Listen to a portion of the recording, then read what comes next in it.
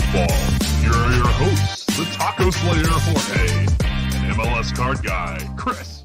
Oh, welcome into the So Rare in the States podcast. MLS is back, and so is the chaos that we all love. Week 1 is done, so hey, let's overreact.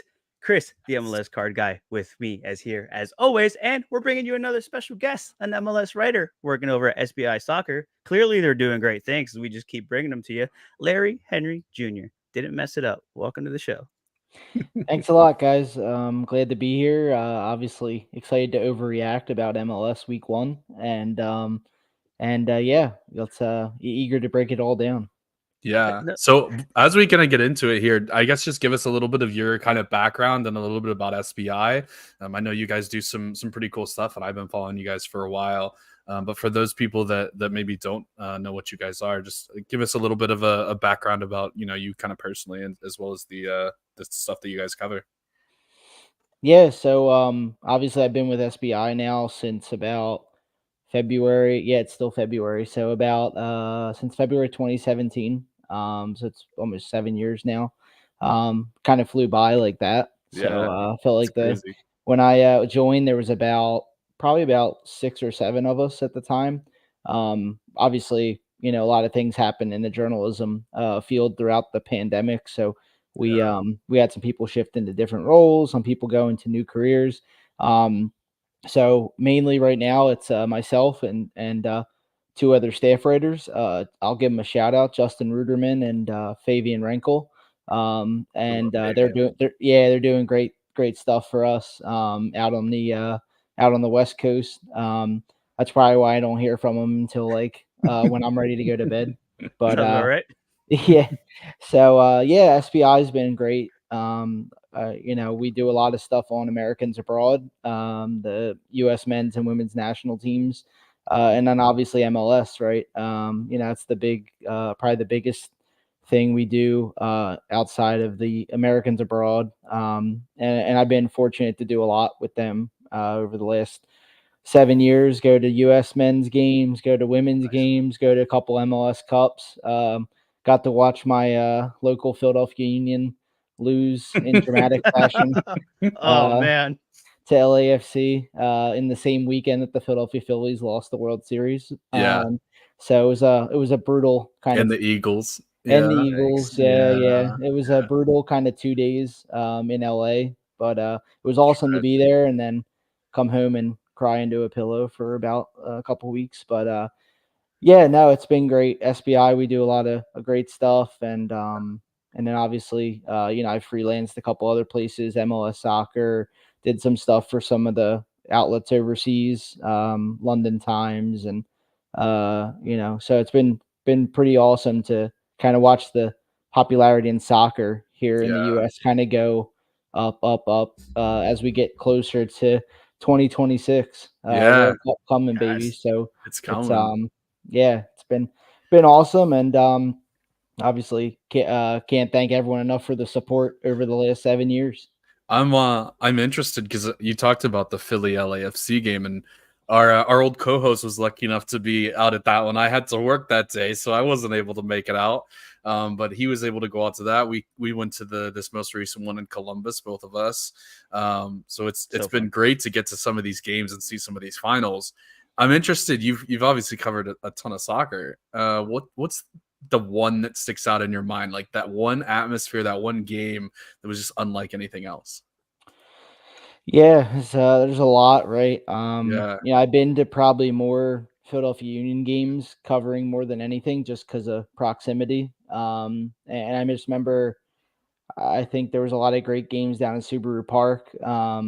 People think Philadelphia Union, right? They're going to be in the smack dab of Philadelphia, and they're actually not. They're about 25 minutes further south on I-95 in Chester, and then you have the Commodore Barry Bridge there. It takes you right into New Jersey, where I grew up in New Jersey. Now I live in Pennsylvania. So, but looking back on it, right, I've been to 3 MLS Cups. The one probably I think that kind of sticks out the most was I'm trying to think. It was I forget the year. It was I think 2017 or 18 when Atlanta United beat Portland. Yeah. And I always forget the year, but it was awesome. It was my first MLS Cup. And obviously, right, you had the Atlanta United kind of star-studded team, right, with Joseph Martinez, Miguel Almiron, Tata Martino on the sidelines. Gressel.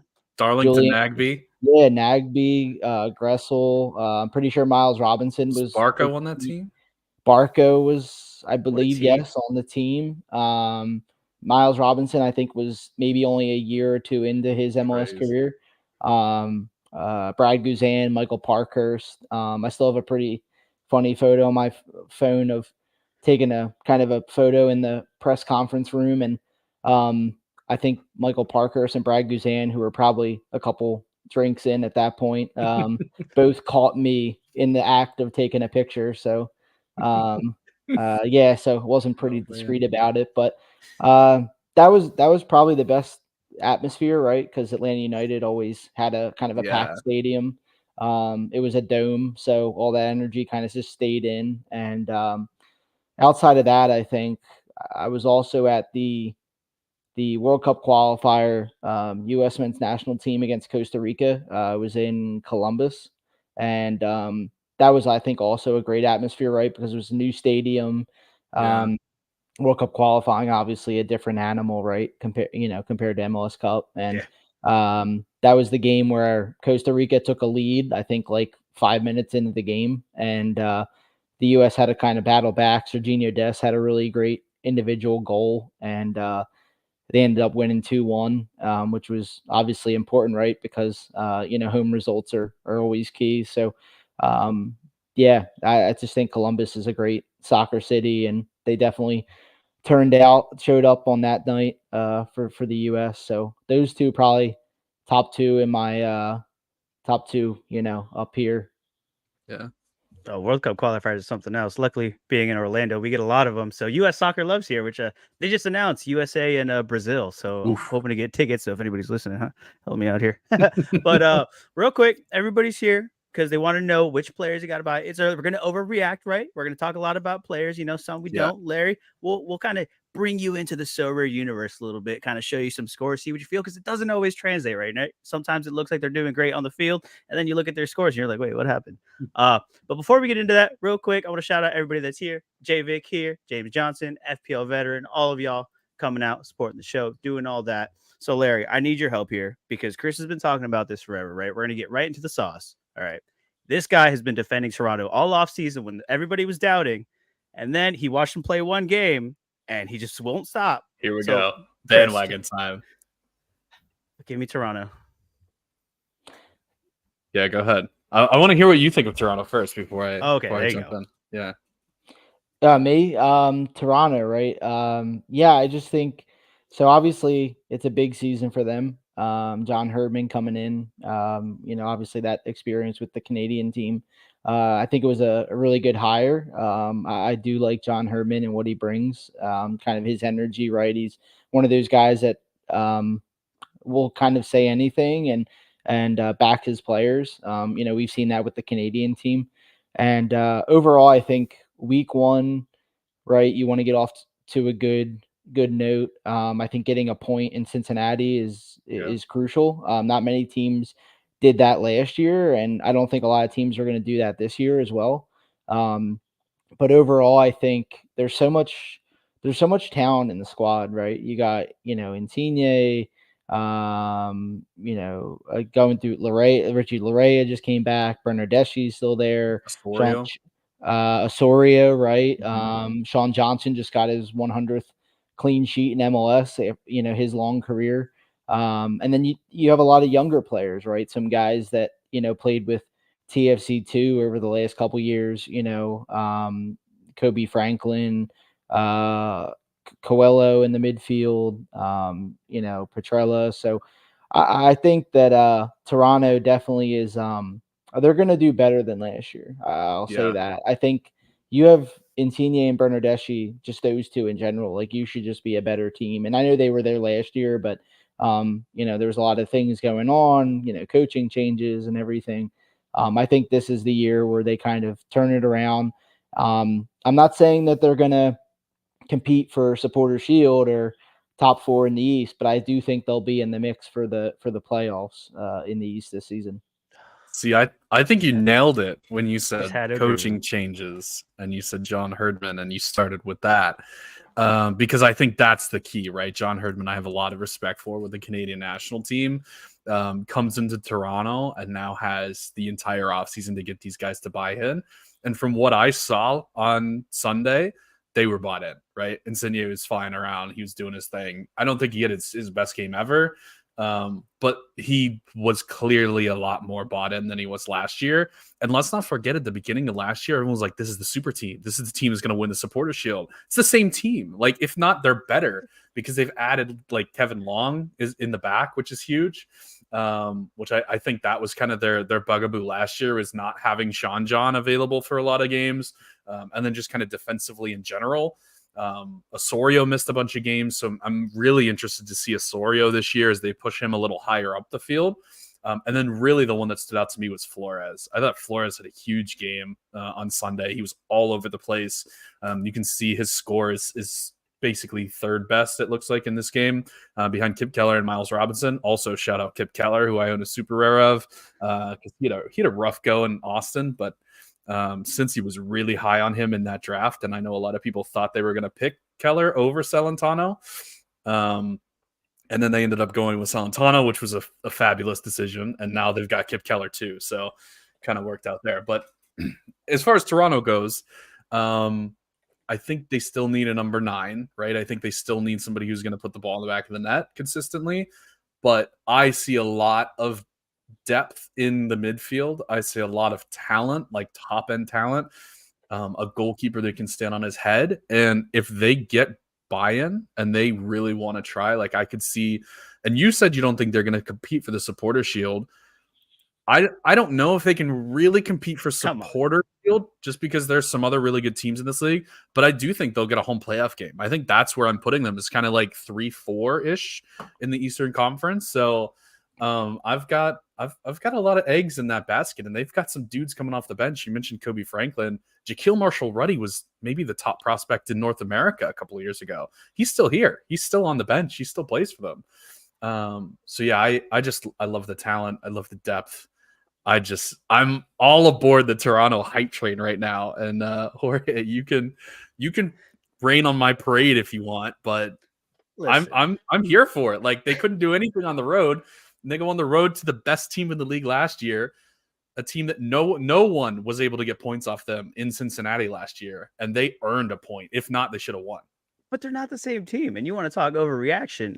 I don't think Cincinnati's the same team. I don't think they get attacked. They've been in CCC, almost said CCL. I didn't. CCC. And it's one of those things where, like, yeah, Toronto had something to prove. They wanted to come out. They came out hot. Yes, I will say, watching Richie Larea, like 100%, I was like, I need to own this guy in Sorare. 100%. Yes. Just the way that he affected the game. He's and this back. Is one more piece that takes a little bit away from Insigne, from Bernadeschi, that lets everybody else, Osorio. Like, you can't cover everybody. And throwing Richie Larea into the mix does do really good for them. But again, I get we're hyped. But again, Cincinnati, a little wishy-washy in the air too. So maybe it made them look a little bit better. Maybe it didn't. But Cincinnati's defense is really good, right? And I think that's the biggest thing. And I think that's what's going to save Cincinnati a lot this year is how do you feel about the Miles Robinson acquisition? And is this going to work? Because he was a little shaky last year coming back from that injury, but it's probably going to be the one thing that they have holding on to until they can learn how to score, huh? Yeah, I think that obviously that was the talk of the offseason, right? Was where Miles Robinson was going to end up, whether it was going to be in Europe, whether it was going to be back with Atlanta United, and he ends up going to Cincinnati, right? And kind of filling kind of a hole in the defense. They had Ian Murphy, they had Matt Miazga. Obviously, Nick Haglund got injured at the end, near the end of last season. So they definitely needed defensive help. And I think it was a big signing for Cincinnati, right? They kind of shows that they still want to kind of solidify that back line and be a tough team to break down. He did have some kind of shaky moments in that opening game against Toronto. But overall, I expect him to kind of be that leader in the back. They're gonna, they played 3 center backs on Sunday, right? Kip Keller was in there as well, who they acquired from Austin FC. And overall, I think Miles Robinson's definitely gonna help this unit. In terms of not conceding a lot of goals. And obviously, like you said, Jorge with the Champions Cup. They have this tournament. Whether or not they have the Open Cup, we'll see. You have the Leagues Cup. So there's a lot of games to be played. Even if you take the Open Cup out, I mean, if they make a good run in Champions Cup, there's some great games. Obviously, season started a little bit earlier than expected. Then you have the Leagues Cup. You expect them to probably make a decent run in that as well. So you're going to need depth, and I think that Miles Robinson definitely will help this group. But my biggest question is, and I think you kind of said it earlier, was can they attack consistently? Right? You lose Brandon Vasquez, you lose Barriel. You still have the reigning MVP in Lucho Acosta. You bring in some people, Corey Baird, Pavel Buka from abroad. So hopefully they can help. But Sergio Santos at the top isn't really convincing me. And obviously you have Bupenza, who was on the bench. He was a big signing. So we'll see how they go. But I don't know.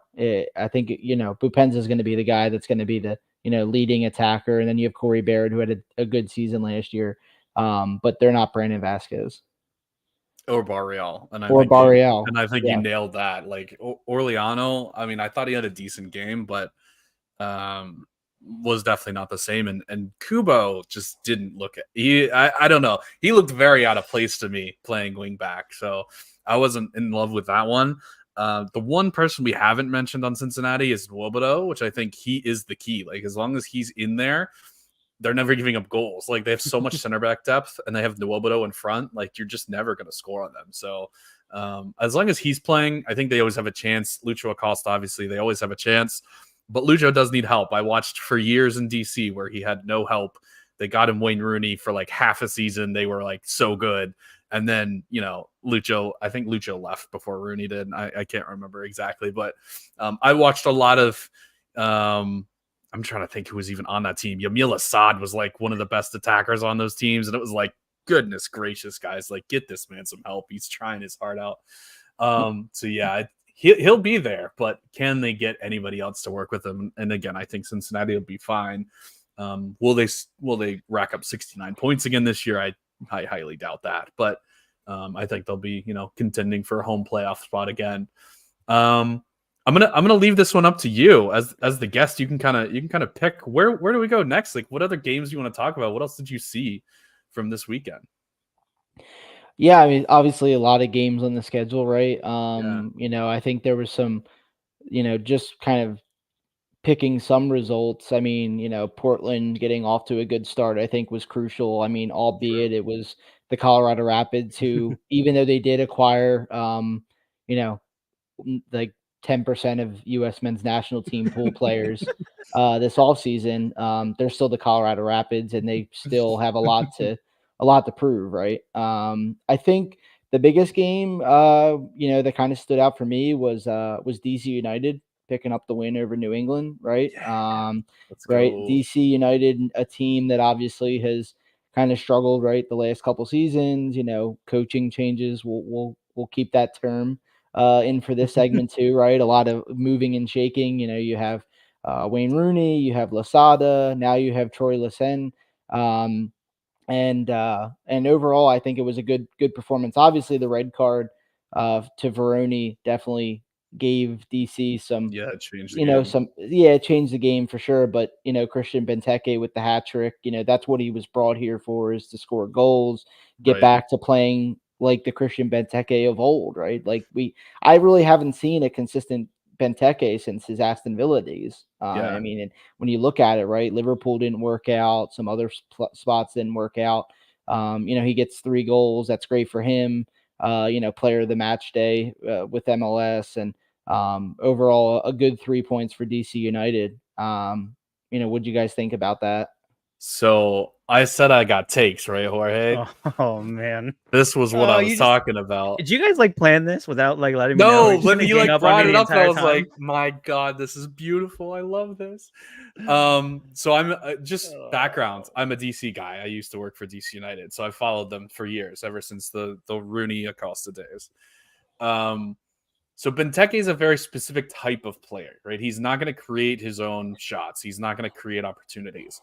He's going to be in the box and he's going to score goals if you can get him the ball in the box, right? That's what he does.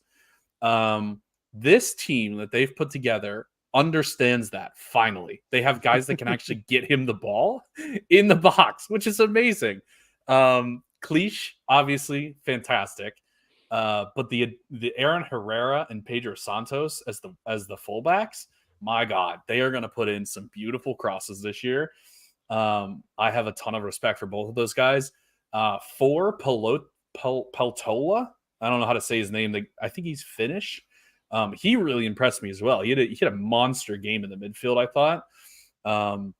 So we'll see about like this group, right? This is the group that kind of concerns me. Is like Cudi Pietro like shows promise, but he's still young, and I think he's still figuring a lot of things out. Jared Stroud's a decent player, but I don't think he's got like the upside. And then obviously Priani is the number 10. But like really, it's going to be like Santos, Herrera, Cliche, and all serving into Benteke. And my take is, and you can tell me, Larry, if I'm just completely off the rails and just being a straight homer. My take is Benteke is probably not going to play in the Euros. He doesn't have Copa America to worry about. They're not in the Champions Cup, right? So they're not going to rotate as much as other teams. He's going to play more games than most other elite strikers in this league. He's already got 3 goals. He's going to win the Golden Boot this year. Tell me I'm wrong, but with the amount of service he's going to get in DC, assuming he stays healthy, and I think DC will be better this year, he's going to win the Golden Boot, even if this team is 6, 7, 8, 9, somewhere in that neighborhood in the Eastern Conference. He's going to score 20 plus goals. Tell me I'm wrong.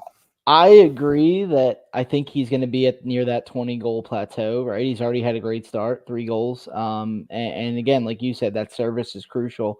Right. And whether or not he can stay healthy too. I think it's early, right? I don't think he's going to win the Golden Boot, but I do think he will be in the top 3 by the end of the season because it's a crucial year for him. If DC United want to be competitive and contend for playoffs, they need Christian Benteke to score. I mean, you go through the lineup, right? Who else really on this roster is going to score double digits? Nobody. So I think Benteke is crucial. And again, like you said, doesn't really create a lot, but he's a menace in the box. He's great on set pieces, corner kicks. He's going to score a lot of header goals. He might lead the league in header goals by the end of the season. So I think that, and I think too, just wanted to shout something out. Obviously, when you guys were going through the lineup, right? A lot of these guys were off-season acquisitions. Jumped right into the squad. Herrera, McVeigh, Bartlett, who was in that trade with St. Louis, Jared Stroud. There's a lot of guys who jump right in the squad. So, and usually it's sometimes just because you acquire a guy doesn't mean he's going to jump right into the squad, right? Right. I mean, just look at, we're not Inter Miami here either, getting international stars, but these guys have come in, they've earned the trust already. They're getting minutes where they might have not, Herrera was a consistent player with Montreal and Salt Lake. Bartlett was kind of in and out of the squad with St. Louis. McVeigh, played a good amount with Miami. So yeah, and obviously, like you said too, Mateus Click is going to be crucial in midfield, and kind of setting up things and covering a lot of ground. So, but yeah, I do think Benteke will be in the top 3 in goals by the end of the season. I'm not sold on saying Golden Boot yet. See, are you saying Messi's going to win the Golden Boot? Is that your? I don't think Messi's going to win it. Okay, good. Because I was like, know. he's going to be at Copa America. He's going to rotate so much. Like I don't think he's going to play that many games. To be fair, I think Messi will obviously have a good amount of goals because it's Messi. Yeah, he's Messi. But I think they're going to, the way that Miami's set up, right? I don't think they're going to rely on Messi to score 25, 30 goals, right? You have Suarez, you have so many guys that can kind of chip in goals where, we might see a spell where Messi doesn't score 5-6 games in a row, but he might have 10 assists in that span. I think that's what Miami is probably hoping for, right? Is for him to be a creator, maybe take away some of that pressure from somebody else, whereas so many people in the attack. So, but yeah, I don't think Messi's going to win it either. I also don't have a guy on the top of my head right now who I think is going to win it, right? Because it all depends on health and fitness and competitions, and obviously we could see, Daniel Gazdag's gonna win Golden Boot just from the penalty spot. Hey, he's always in the race, so it's only the law of averages are eventually going to play their part. And hey, I'll just say Benteke is on pace for 102 goals this year. Messi's only on pace for 17. So come on, he's 10 times better than Messi so far. Listen, I will give you that. I liked what I saw, and like, even though DC has been down, like, as a whole, like, they've been able to, like, cause problems. Yeah. Like, consistently. Like, trust me, I know more than anybody else. They love to cause problems. I love to text you about them too. And the thing is, like, when you look and, like, even, like, looking at it from a Sorare lens, when you look at all the forwards in MLS, like, a lot of them are very streaky and maybe not consistent. I'm looking at you, Jordan Morris. You just kill me every time. Benteke is one of those guys where, like, he's going to be the guy in this team. Like you said, he has the service now. Like, there is a shout. I actually had it written down. I did, if none of y'all brought up DC, which I figured it was coming, but I wanted to bring it up for that reason to go, hey, like, Benteke is one of those guys that you may not think about. You're like, DC, whatever. But, like, low key, like, he's going to score goals consistently throughout the year. And it's someone that you want to have. Yeah, even if he's a little older, even if he's on the questionable team. Like, it's the MLS. And there's going to be chaos. He's not going to rack up to AA, so he's never going to be, like, super consistently OP like a Messi would be. But, like, he's going to have those 70, 80 point nights pretty consistently, I think. So, like, I think he's definitely worth having. And just last thought on DC as a whole, the system that they were using with the high press and, like, all the energy that they were showing is not something we've seen from DC in quite a while, since Losada, really. And Losada was kind of the last coach that was, in my opinion, any good. So I know he obviously lost the locker room and pushed them too hard, but that entertaining wise, on the field wise, that was the last time DC had a decent product on the field. And this gives me definite vibes of that. And I think this team has more talent. So it's a deep Eastern Conference. I'm not saying that they're going to waltz to the playoffs, but I think they definitely fight for the playoffs. And I think Jorge put it beautifully. They're going to cause some problems. They're going to be definitely a thorn in people's sides, even if they're not pulling out results, away from home or anything like that. But they're going to be really tough to play at Audi Field, which is going to be a lot of fun to see. So yeah, that's my last thought on DC United. I'm super pumped as a DC fan. Great start. And that's kind of a testament to the East being so congested, right? And one of my you want to know what my hot take is Nashville SC is not making the playoffs this year because they are in a lot of trouble with Hani going down early and losing Surge early.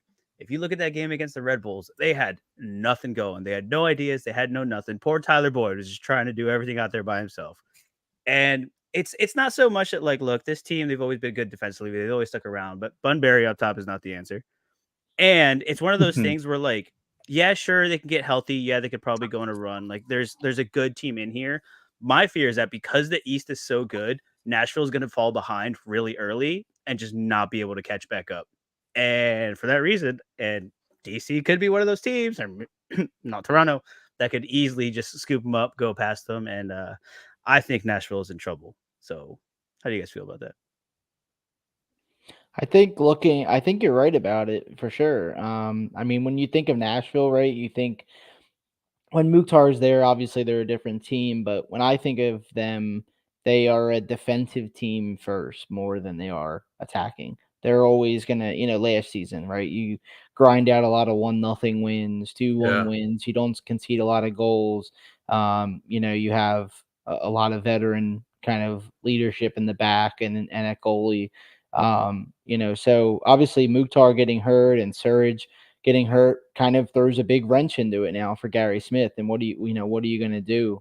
Because you have Tyler Boyd, you picked up Tyler Boyd. You have Teal Bunbury, who's been around, kind of forever at this point.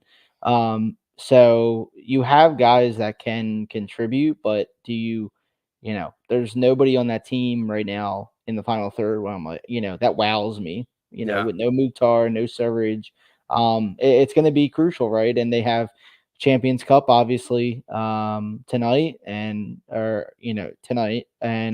I kept thinking it was Thursday, and they have it tonight. Obviously, they have a lead, so that's in their favor. They're at home, but obviously too, they want to do well and be consistent in MLS. So they're gonna have to balance that now and try to figure out what the plan is with both of those key guys out. Yeah, I think Nashville gives me kind of Cincy vibes, but like a lot less talented, if that makes sense. So like a lot of depth at center back again. The fullbacks are okay, but not great. And then they have like a defensive mid in Sean Davis that I really like, but he's not as good as Nwobodo, nowhere close to as good as Nwobodo. And then it's just kind of Acosta up front and Mukhtar up front. And if Acosta goes down, we're talking about Cincinnati in much the same light as we are Nashville right now.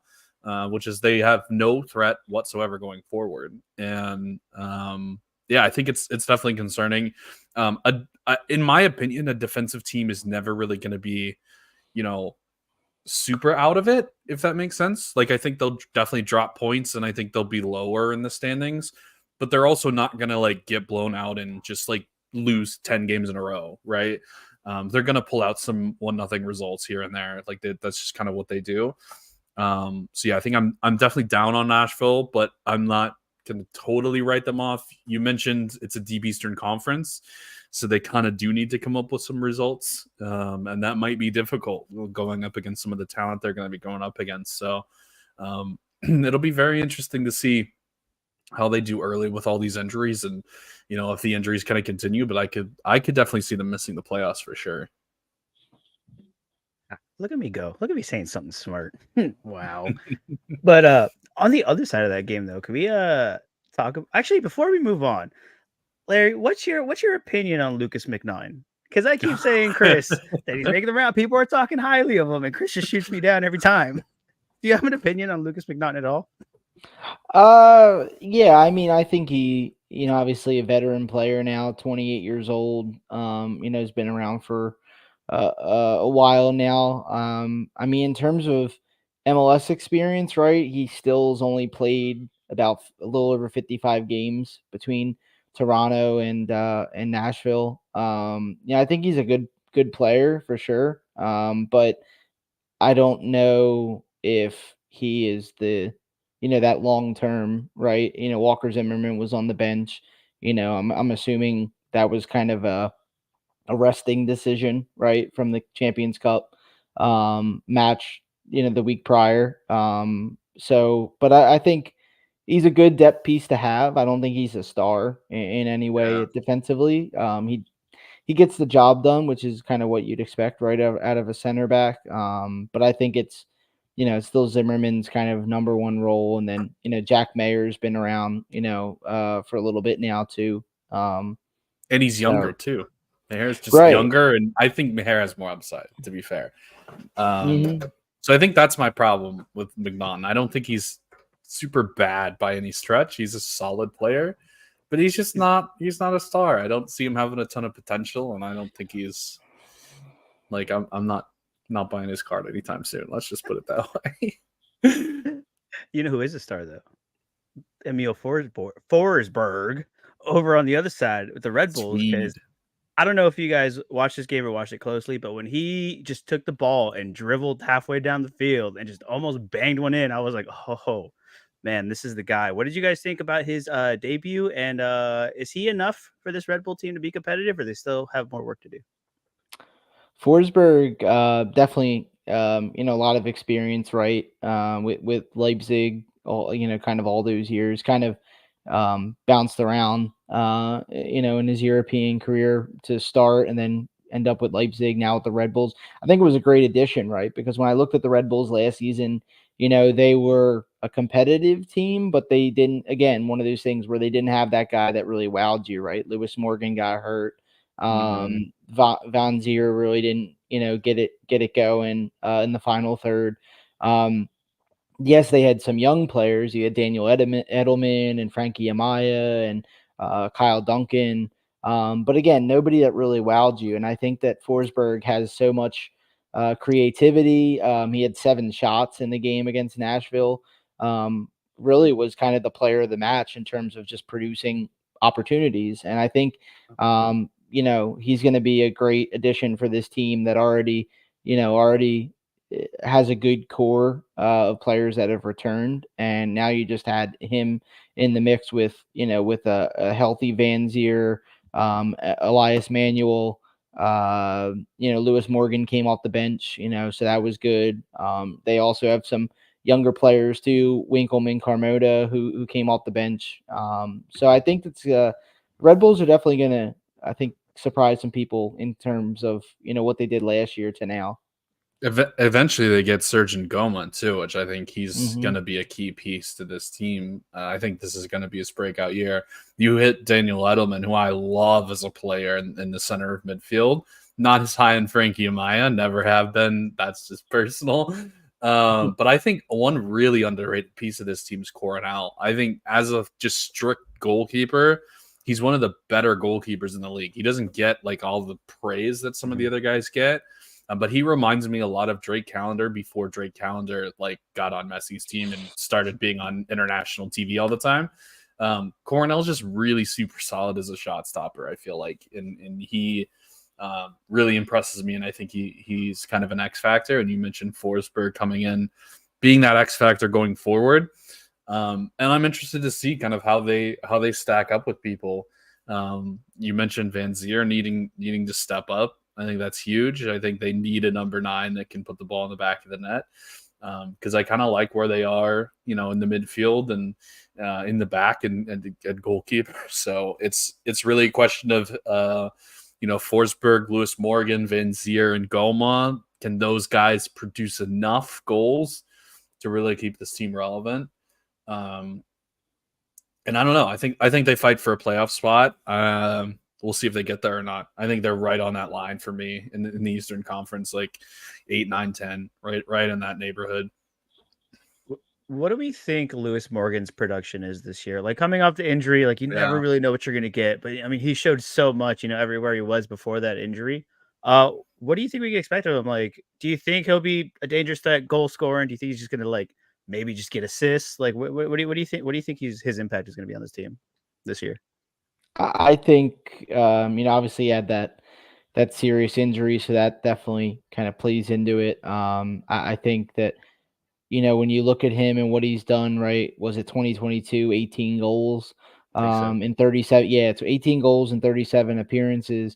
And then last year, obviously derailed by the injury. And then even prior to that, right, he only had 7 goals in 2 combined seasons with Inter Miami, following his move from Europe. So I think that he's going to be a crucial player for this team, right? Because he can create chances, with him shooting or setting up his teammates. And whether that means, kind of inching him back into it, right? After that serious injury, like they have attacking talent now, with Forsberg and Van Zier and Manuel. And, now you just kind of add him into the mix. Like Kris said too, you're going to get Sergeant Goma back. Probably in at the end of March, Corey Burke at the end of March from their injuries. But I think Morgan, eventually will get his production back. I don't think it's going to be 18 goals, but I think it's going to be, maybe at the most double digits. But that's being generous. I would say maybe like a 5 to 7 goal range and maybe like a 6 to 8 assist range. And that's if he's playing in the starting lineup each week. I think, you're going to see Sandro Schwartz kind of ease him back into it before they start really, relying on him for 90 minutes.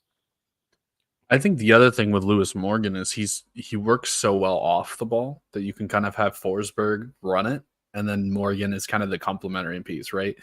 I think when he scored a bunch of goals, he kind of was the main piece, right? He always had the ball.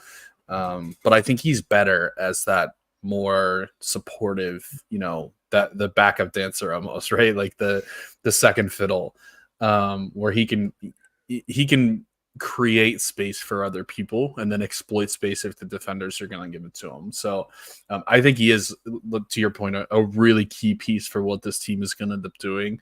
And I'm interested to see if he meshes well with Forsberg, because I think that chemistry is going to be crucial to how their season's going to go for sure. And if they can get it clicking, it is going to be so fun to watch. Which the Red Bulls have always been fun to watch, but like the past couple of years have been a little But it'll be nice to have a competitive Red Bull team again, because the league is better for it. We all need a little bit of extra chaos in our lives, right? We need a good New York team. One of the two has got to be good. Oh boy, gosh. Rest in peace, NYCFC. Hey, shout out Trip and B and Charlotte and that big old win. Do you guys have any hot takes, or was it just like a game? Charlotte at home. I think they got really lucky, to be fair. I know that the stats don't. I did watch a good amount of this game. The stats don't look like Charlotte got super lucky, but like every time I looked, NYC was on a counterattack, and I was like, oh God, they're going to score. And then they just didn't. Like, they just weren't great at finishing at the end. But I think and Santi missed the open goal. Yeah, and Trippin is not going to be happy with me, but I do think they got a little bit lucky at home. The goal was pretty lucky. So yeah, I don't know. I'm not sold on Charlotte either, but we'll see. I don't think those are two really great teams. I think NYC could be better this year than they were last year, like some of the additions that they've brought in. But I don't know if they have the coaching is where I am questioning, I think, with this team. Like when they had, I don't remember the coach's name that left for Europe before. Ronnie Dyer. Yeah, Dyla. He was so good. I loved him as a coach, and then he left, and you could just tell like the flip in Talis Magno and some of these other guys are just not the same players anymore. So if they can, if we get to that point where NYC is still not very good despite their additions, and they bring in another coach, like I would think they would have the same kind of Toronto, potential to turn it around, because they do have talent on this team. Like there's no doubt about the level of talent. It's just can they put it all together, and I'll believe it when I see it. But that's my side of the NYC train. So I'm interested to see what you Magno on his way out. Is he gone in the summer? Because he played 6 minutes in this game. He just hasn't really ever lived up to it in NYCFC. So what do we do with him? Yeah, I think he's a guy, right, that came to MLS with a lot of expectation, being a young South American player. Had almost 70 games in his before he came to NYCFC, and now he has close to 100, which is pretty astonishing, right, for a 21-year-old. 18 goals, 18 goals for the club. Creative player, dynamic player, can do a lot. Played a lot of different roles, right, after probably even got flexed in that number 9 role when Tati Castellanos left.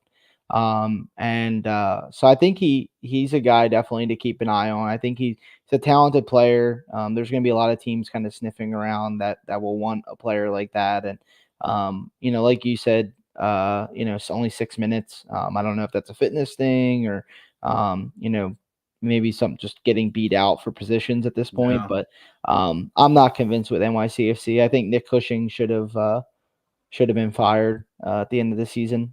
I didn't think he really did a great job. Last season had that kind of rough patch where I thought he was going to get let go, but they stuck with him. And, I was surprised that he's back. But looking at their roster, you have a lot of creative players, right? Santi Rodriguez, they bring in Hans Wolf, Fernandez on the other side. But Talis Magno, but overall, like, again, it's not like a team that, again, is going to go out there and consistently score 2-3 goals a night. I mean, they could be. They have the talent. They have the creative ability to do it, but until you start doing it, that's the toughest part. And then you get shut out on the road. Say what happens, what happens in week 2, and then what could carry into week 3. So I think it's definitely going to be a short leash for Nick Cushing if they come out the gates and say maybe not have a win by the end of March. I think might be gone. especially with all the good. No, go ahead. You're in there. Oh no, I was just gonna say with all the coaches that got let go last year too, the fact that he like kind of made it out alive, and they might be regretting that in the front office, going, maybe we should have moved on it because coaches got scooped up. Now you got to go find one that probably has a job already. Yeah, 100% agree. I think there's definitely a coaching deficiency on this team because like Julian Fernandez, fantastic. Santi Rodriguez, fantastic. Hannes Wolf, I have good expectations for him. I don't know how to say his name. Mihitovic. I actually really liked what I saw from him on tape. And then Talis Magno, I think the talent's undeniable. Just for reference, this is Talis Magno's chart right here. This is Ronnie Dyla. Ronnie Dyla left right here. And you can see the drop-off. Like, literally, it's a visual drop-off. You can see how bad he's been since Ronnie Dyla left. This is coaching, right? This is not like a player issue. So if they get a decent coach in here, like, there's so much talent. Sands and Parks are two of the better midfielders in this league. Like, they could own the midfield with this group. Thiago Martins is solid. Tavon Gray's on the bench. Like, he's a good player, you know? They've got a couple goalkeepers that could both work in this league. So there's no holes. Like there really isn't a spot where you go, well, they're really bad at like center back, you know, like there's not that spot that you need to add to the roster. It's just they don't have a cohesive strategy. They don't have a cohesive, you know, force pushing them on and trying to make them great. And until they get that, I don't think that they're gonna be there. But my God, when they build that stadium and they have the resources that they have to build roster, being in Citigroup, I mean, this team could definitely have, you know, dynasty written all over it if they can figure it out and get it right. Keep dreaming. You want to talk dynasty though? The Columbus Crew, are they a dynasty? Because they're looking a little mean day one, and they could be running it back. They popped Atlanta. They really popped Atlanta. Is there a true shout for Columbus going back to back this year? Because they don't look like they've skipped a beat. What do you think, Larry?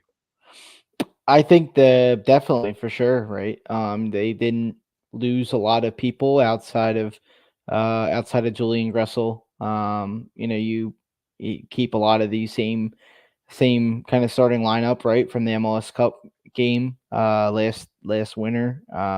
You know, Cuco Hernandez with the goal, Diego Rossi with the assist, Mo Farsi at right wing back, Nagby and Morris kind of creating that really strong partnership in midfield.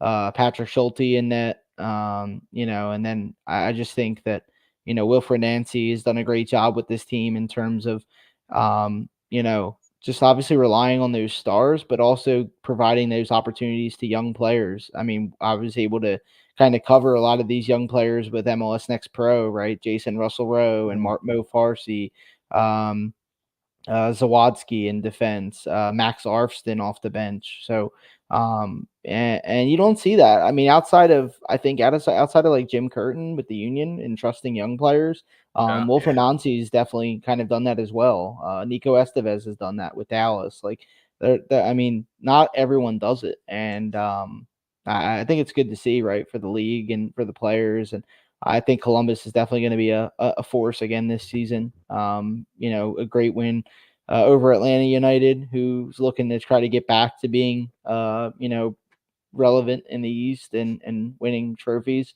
And who knows, you know, the Crew, right? You got Champions Cup, you have MLS, you have Leagues Cup. It could be you have Supporter Shield. It could be maybe a multi-trophy haul for the Crew this season. Oh, we getting a little treble talk. So, okay, here we go. I'm going to disagree with you. And here's why. The Crew will not win multiple trophies because this team is going to get blown apart in the summer. Cucho Hernandez is going to be gone. Aiden Morris is going to be gone. The European teams are just going to take a shopping list to this team. And yes, they have depth, and they'll still be good. Like I mean, they're still going to host a playoff game, in my opinion. But to win an MLS Cup, you have to get lucky to some degree, right? Like there's plenty of teams that have the talent to win MLS Cup, and only one team can win it. So to do it back to back takes an insane amount of luck. But also, this is going to be a completely different team. I think Rossi is going to be the only one that really is going to stay here. I mean, Nagby, yes, but I think Nagby is at some point he's going to age, like and sometime in the future. He's going to not be able to run the most amount of miles of any player in the freaking MLS every year. I do like Russell Rowe a lot, so I think he's going to come and replace Cucho. So again, I don't think they'll be bad. This team is not going to get kept together like this the whole season. I just can't see it. There's no way that these guys all are going to stay here for an entire season. If they do, yes, they're probably going to win like 3 trophies. But I think that's why I disagree. Is I think they get blown apart in the summer, unfortunately. But that's how this league works. You know, you have a good team. Everybody wants to come and take all the decent players. But I will say Wilfred Nancy, probably the best coach in the league, so that's a huge advantage that they have on everybody else. Do you really think they'll sell people out? I don't think, like, unless the numbers right. I don't think they want to sell people off, but I think like if you're dominating MLS, you're going to get such high offers for like Cucho and Aiden Morris specifically. There's no way those guys don't want to test, Europe. I mean, Cucho's already been in the Premier League. What do you think, Larry?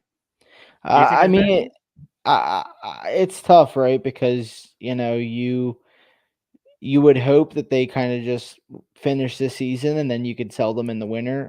Then you don't kind of know what the stock is, and for a guy like Hernandez, who was in England, was a couple other places, you don't know what the market's going to be like at that point, and what his form's going to be at. Same thing with Morris. I'm kind of curious to see where Morris ends up, right? Because he's, another American guy that I think we're going to see overseas in Europe. It's just about where and what spot is the right fit for him. But I think too, like, I think even if you lose Aiden Morris, you still have Nagby in the midfield, right? I mean, Nagby's won, what's that, 4 MLS Cups now? I mean, the guy's done extremely well in his career, and I think 3 different teams. Is that right? Yep. Atlanta, not even like he was part of a dynasty that just won 4. Like DC United, really. Like, dude leaves somewhere, they win immediately. It's incredible. Mm-hmm. Yeah, he's and I think too, even if you lost to Morris, I think having that leadership in Nagby, right, could just ease someone else into the mix. So I mean, obviously they won't be Aiden Morris, but I don't know. I'm curious to see how it shakes out, and like you said, Chris, I think Nancy is just kind of risen into that plateau of coaches in the league. He's definitely a smart coach. Knows a lot about the game, and rewards a lot of the young players as well. So we'll see how it goes. But obviously a great start for them in their their title defense.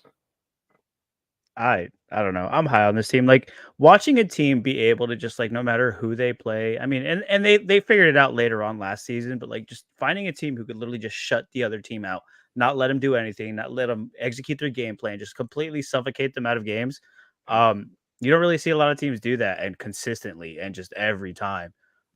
So yeah, until proven otherwise, man, Columbus is straight to the moon at this point, because they're up there. And you want to know another team that might give a run for their money on the other side, which could possibly be MLS Cup. We're overreacting. All right. We've been talking for 3 minutes. We're overreacting, because I'm going to bring it. I know I'm going to put a smile on Chris's face.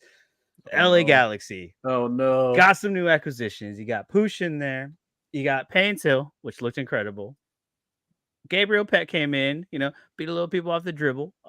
This team is fun in the attack. Defensively, got a little questions. We need Jalen Neal back. In him, we trust. We know him. We love him. How do we feel about LA Galaxy? Disregarding the way it ended. LA Galaxy.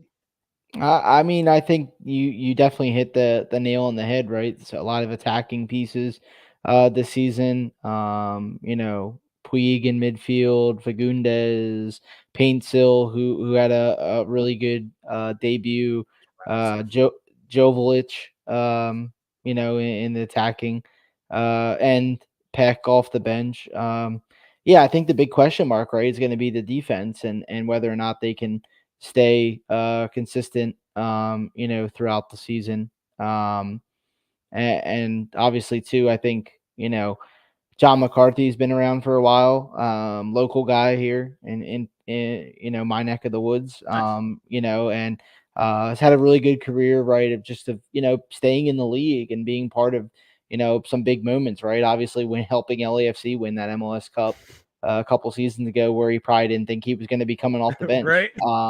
So now he comes in, he's a starter again, so I think too, can he kind of live up to those expectations of being a starter? Again, last year I know he was a starter, obviously with Crepeau out in LAFC, but prior to that he was really just a bench option. So yeah, I think it's going to be definitely a better Galaxy team. Getting Jalen Neal back is going to be crucial. But overall, I think it's going to, a good result for them week one. Obviously, you would have liked the 3 points against Messi in Miami, but They had it. they had it. But had it. but you'll take it, right? You'll take it at that point, and move forward. And I think they're going to have a good season. LA Galaxy. I think you nailed it with McCarthy. Is like, what is this dude's story, right? Is he the guy that was kind of in Miami and was kind of becoming the starter there, and then Drake Callender, who I think is one of the best goalkeepers in the league, shows up and just kind of loses out to another better goalkeeper, comes to LA as a backup, gets his chance with Crepeau going down, plays really well, right? For a long time, and now he gets his own team with the LA Galaxy and a team that's got expectations. Like, was he just really good at LAFC because they just had a really good team and they're just the best team in the Western Conference? They had a lot of good pieces in front of them, so he didn't have to do a lot. And the Miami thing, was he just got beat up by Drake Callender, or is he a guy that's lost his job in two different places and is now coming to LA with expectations? And he's, how's he gonna play? So I think I could see his story, being both ways. I could see him being, a talented guy that's just been super unlucky and that kind of took his chance, or I could see, a guy that continues to get beat out wherever he goes, and is really not that good. So I think that's a key piece. You mentioned Jalen Neal not playing. I think he's in training, so I hope he's back soon. But I mean, Yoshida and Cáceres aren't terrible at the back, to be fair. And this team was really a horrendous call on a red card. If they keep Mark Delgado in this game, I mean, there's no way to say that they wouldn't have scored, obviously, but like, you play an 11 on 11, you got a much better chance than 11 on 10. So I mean, and they should have scored 3-4 goals in this game. Like, let's be honest. Drake Callender stood on his head. And again, Drake Callender is one of my favorite goalkeepers in the league. And it's good that he's now on the Messi team where he gets the actual recognition he deserves, because he keeps doing this where like other teams should be scoring 3-4 goals and they don't. So I loved Drake Callender's performance. I thought everybody else was just terrible. Like, honestly, throughout the game, Miami was so slow. Miami was just getting pounded all the time. They just have no pace. They've no, like, if teams press them at all, like, you think they should be able to pass their way out of it because they're Barcelona and like that's what they do. But they can't move anymore. Like, they have no pace. So yeah, I think Miami's got some issues here that some teams are gonna try to expose, I think. But yeah, obviously really good start for LA. And if you're a Sorare player and you've got a Ricky Pooch like I do, and he's playing in a big game, start the man. Like, the man loves a big stage. The bigger the stage, the better he's going to play. And he dominated this game. I was so pumped. He needed to put that penalty away, and he had 100. Like, that's it. He's one mistake away from a perfect score. So yeah, I have nothing bad to say about Pooch. I love Pooch. I'm biased in my opinions. Never really count on this matter. Larry, where do you sit on the whole Inter Miami line? Are they just gonna win it all? Are they gonna start? Are they gonna make the playoffs? What is your opinion on this Inter Miami team? I can't give a real answer.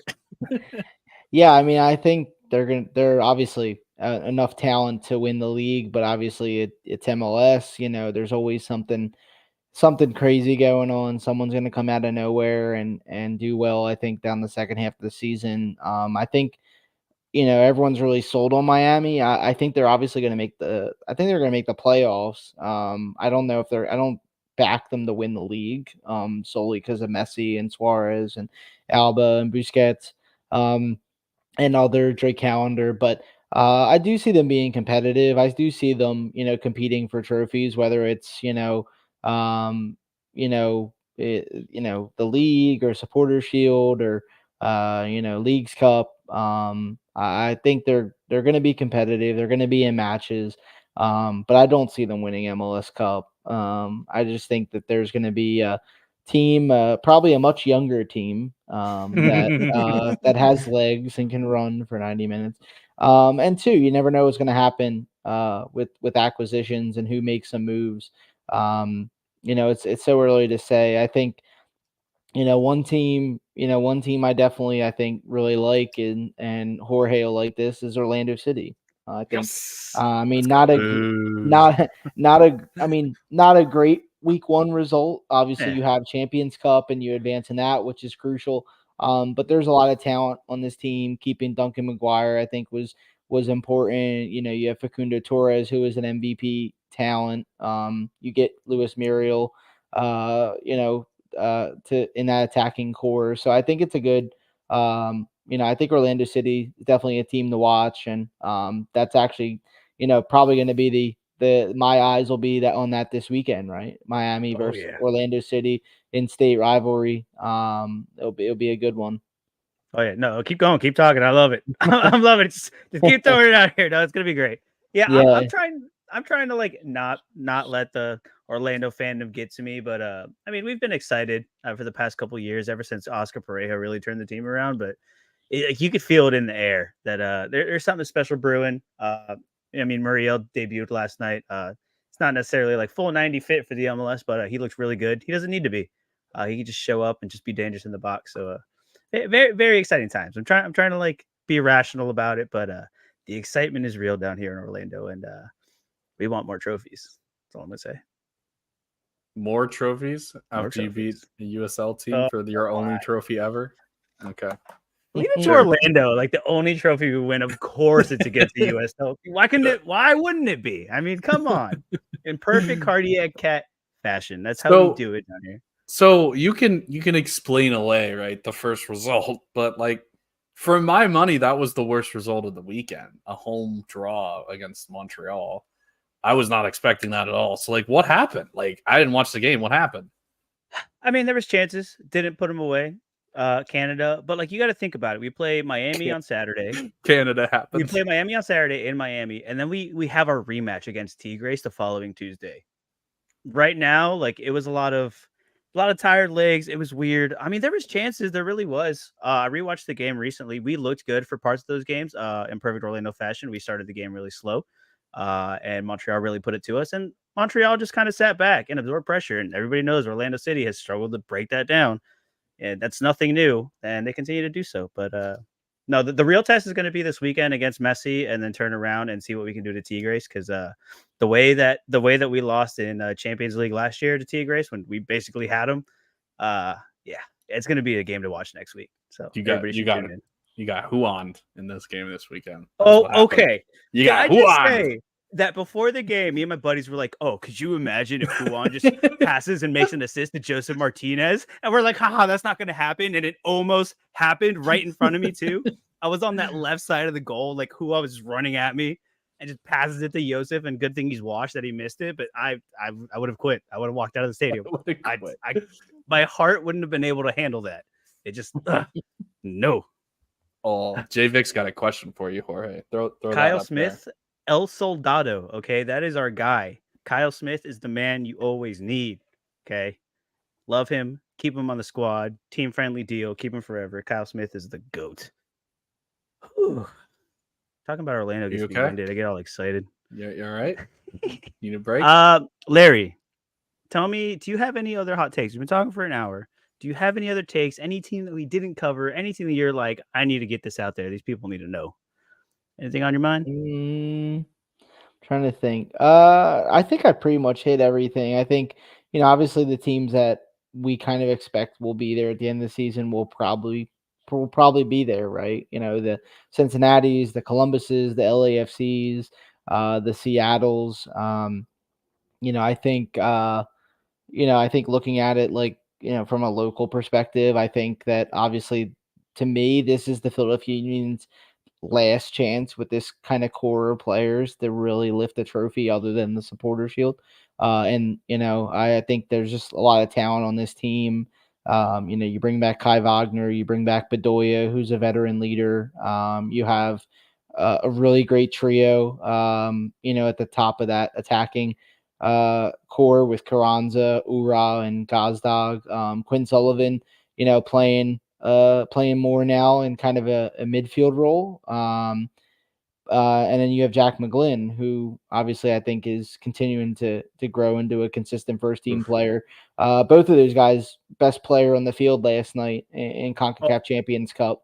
And that's pretty cool to say, right? Two homegrown players, under 21 years old, best players, in a Champions Cup game. So I think overall this is it for the Union, right? Because you signed Wagner to a 3-year deal. I don't see him playing all 3 years. I think he will eventually go back to Europe. And Carranza is going to be on the radar of teams this summer. Kind of shocked they were able to keep him as well. But overall, I think it's the last chance for the Union. If not, might be a tough road back. Yeah, I'm interested to see if they can hold on to those guys, McGlynn, and I mean, it seems like Quinn Sullivan is breaking out. Like this is a great start to the season for him. Obviously, like where does he play? That was the problem. Like there's so much attacking talent here. You still got Harriel, man. Like Harriel's still really good. Kai Wagner. You got center back depth. You got Jose Martinez, maybe the best defensive mid in the league outside of Nwobodo. Like, man, this team's just loaded. They've got so much talent. So yeah, it'll be interesting to see if they can keep it together, because I don't think they have the depth that they've had in previous years.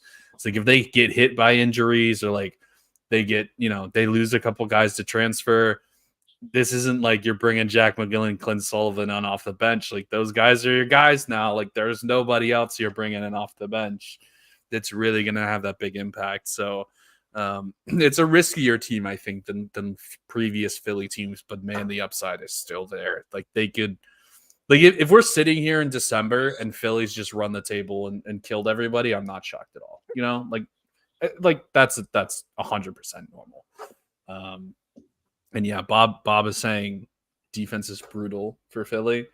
Yeah. Bob. I mean, Glesnes. They haven't played defense all season. Yeah. 3 games. They need an Andre Blake to play defense. Yeah. That's kind of how they play defense. So, but yeah, this team could be still really, really good. Hey, so at least it's not Bendick. Mm-hmm. That's true. That was a big save last night by Simile. So kept him alive. No, it's a good fun. And look, Superior Park's always a great place to be. I was lucky enough to be there last year, so that place is popping. So a good Philly is good for everybody. And yeah, no, great shouts on Quinn Sullivan and Jack McGlynn, because wow, like in these past couple games, if they can keep that up for the entire season, my word, man, Philly's gonna be back. And we were down on them last year. There was question marks. Like you really felt like you were saying, it's kind of like the end of an era, and you're like, man. And then this year, I think you're right that it's make or break this year for Philly. And look, man, they're always great. They're always fun. So a tough Philly team to beat's always good for this league. Kris, anything else you got? Anything else you want to talk about? MLS takes guy? Man, we're sweating today. I showed my lineups here that have 4 Philly captains. But yeah, we're sweating out some rewards. So hopefully Kip Keller can get rolling and we can pick up another rare reward. Had a really good weekend last weekend, and yeah, we've got some dudes coming in here. Hopefully Jack Mahara gets to start later on, and we'll be rolling. Miles and Loro didn't get the start, but we're here. We're here for it, man. There you go. We love it. Good week. MLS is back. Larry, thanks for coming on. Thanks for being a guest. Sir. Everybody that was in the chat, Bob, Javek, Vaqueros, everybody. Larry, if you got anything going on, let people know where they could find you. Plug your stuff, and we can go watch some CONCACAF. Yeah, thanks a lot for having me, guys. It was a blast to overreact for an hour on MLS. Yes. And yeah, you can follow me on X at lhenry019. I keep wanting to say Twitter just because it's still on my It'll always mind be is Twitter. I kind of, I'm like grinding my teeth saying X and not Twitter. But yeah, lhenry019 on X, and then obviously my writing at SBI Soccer, MLS Next Pro, MLS. Yeah, it's gonna be a great season. Glad we have what's that, about 8-9 more months left to go. Let's go. Can't great wait. year. Yeah. Oh, we love it. MLS is